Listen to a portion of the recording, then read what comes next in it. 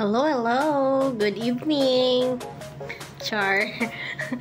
Kanang na ay it's been mga 2 weeks na ang labay from Fiesta sa Hagna, and then na late upload na rin siya kay nalimtan. Morning nang laag mi sa perya with my mga manghod og ang anak. Char, nagdado kami diri tagpiso isa-isa.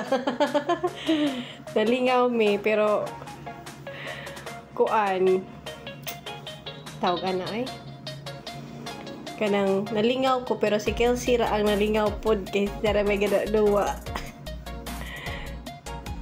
And then karon nagsakay-sakay na pod mi og kanang pambot kanang tawag ani ay salbabida, tag 60 pesos per head, and while libre bata naibayad tanan 60 pesos kada isa.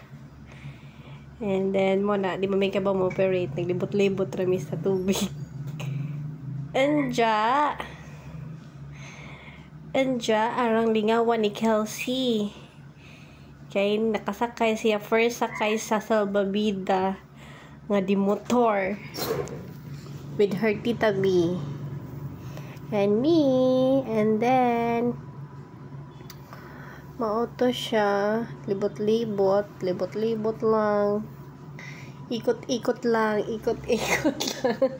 karon nag-ante na pud mi sa kanang birahon ang murag unsa ba ni ay kaning kanang murag box. Then si Kelsey ang nagbuot usang unsa na color ang tayan mo ng pirmi may madaog kay swerte man, pirmi may madaog na taawa nalipay po kung nakadaog mi, pero ending nabawi ra gyapon. May klaro pero at least nalipay. Na po na ang mga sugsugon yun tano, basta nagani bata magdodoo po ng tigbaligya og balon, makapalit lang po tag balon po dahat. See, nalipay na siya tigbiraan ng PC. Lagi yun balik yun bigtaya diya parang hindi hapit na mahurot ang pusta diya ba na lalipay gid ang inahan na po yung titabi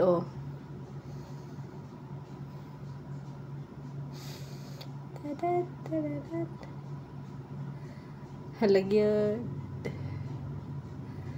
After na lastly murag mo na ni last na mong part nga nagsakay mig dinosaur ni Kelsey. Kami ra gyud ang sakay man ana gyud, special gyud na siya nga sakay, special ride kay way na nakay see kami rang duwa sa anak ang nagsakay sa dinosaur nga